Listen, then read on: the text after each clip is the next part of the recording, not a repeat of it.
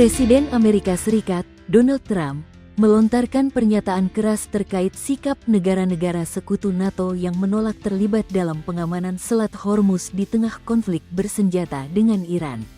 Dalam pernyataan yang dikutip dari BBC International, Trump menegaskan, AS tidak membutuhkan bantuan militer dari NATO, namun tetap menyayangkan ketidakhadiran sekutu dalam situasi krisis.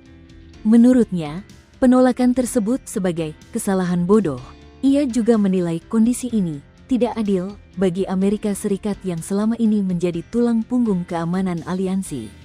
Pernyataan ini muncul setelah arus perdagangan energi global terganggu akibat Iran menutup Selat Hormuz, jalur utama distribusi minyak dunia sejak awal Maret tahun 2026 sebagai respons atas serangan gabungan Amerika Serikat dan Israel.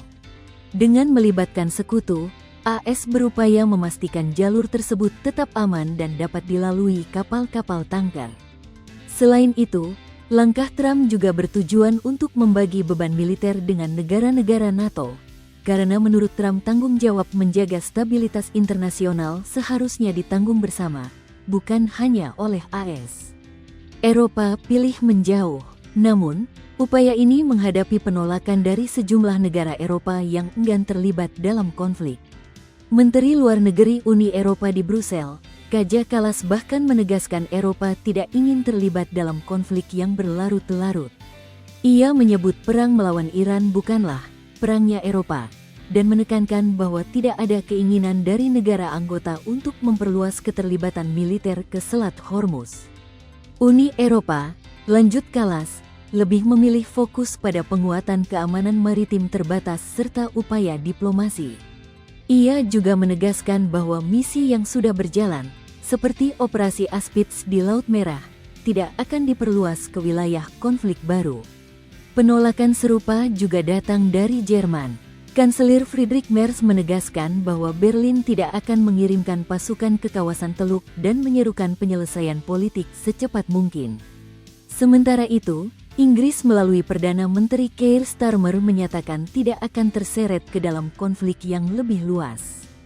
Sikap ini diikuti oleh Polandia dan Belgia yang juga menolak permintaan AS untuk mengerahkan kekuatan militer mereka.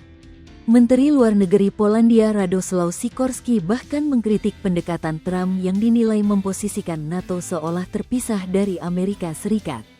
Adapun Menteri Belgia Bart de Wever menegaskan negaranya tidak akan bergabung dalam operasi militer bersama AS dan Israel. Kondisi tersebut menandai ujian serius bagi soliditas aliansi Barat, sekaligus mempertegas perubahan dinamika geopolitik di tengah meningkatnya ketegangan di kawasan Timur Tengah. Iran ancam balas tindakan AS. Sementara itu di tengah penolakan negara-negara Eropa, situasi di kawasan Timur Tengah semakin memanas usai Iran menunjukkan sikap tegas dengan mengancam akan membalas serangan yang menewaskan sejumlah tokoh penting mereka, termasuk Ali Larijani.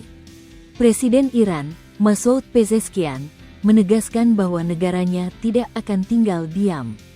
Ia menyebut pihak yang bertanggung jawab atas serangan tersebut sebagai teroris kriminal dan memperingatkan bahwa pembalasan keras akan segera dilakukan. Pernyataan ini menandai eskalasi baru dalam konflik yang terus berkembang. Di lapangan, ketegangan berubah menjadi aksi militer terbuka. Iran melancarkan serangan rudal yang dilaporkan menewaskan 2 orang di wilayah dekat Tel Aviv. Tidak hanya itu, serangan juga menyasar sejumlah lokasi strategis di kawasan seperti Uni Emirat Arab, Irak, Qatar, dan Kuwait. Milisi yang berafiliasi dengan Iran turut terlibat dalam rangkaian serangan balasan ini, memperluas cakupan konflik di kawasan. Sementara itu, pemimpin tertinggi baru Iran, Mojtaba Khamenei, menegaskan bahwa belum ada rencana untuk menghentikan perang. Ia menyatakan konflik akan terus berlanjut hingga Amerika Serikat dan Israel mengakui kekalahan. Pernyataan tersebut semakin memperkecil peluang tercapainya gencatan senjata dalam waktu dekat. Selain Ali Larijani, Iran juga mengonfirmasi tewasnya tokoh penting lainnya, yakni Gholam Reza Soleimani. Kematian para pejabat ini dinilai menjadi pemicu utama meningkatnya intensitas serangan balasan dari pihak Iran. Rangkaian peristiwa ini menunjukkan bahwa konflik tidak hanya berdampak pada eskalasi militer di Timur Tengah, tetapi juga memicu tekanan politik yang signifikan, termasuk di dalam negeri Amerika Serikat. Ketegangan yang terus meningkat menandakan bahwa situasi masih jauh dari mereda dan berpotensi berkembang menjadi krisis yang lebih luas. Download Tribun X sekarang, menghadirkan lokal menjadi Indonesia.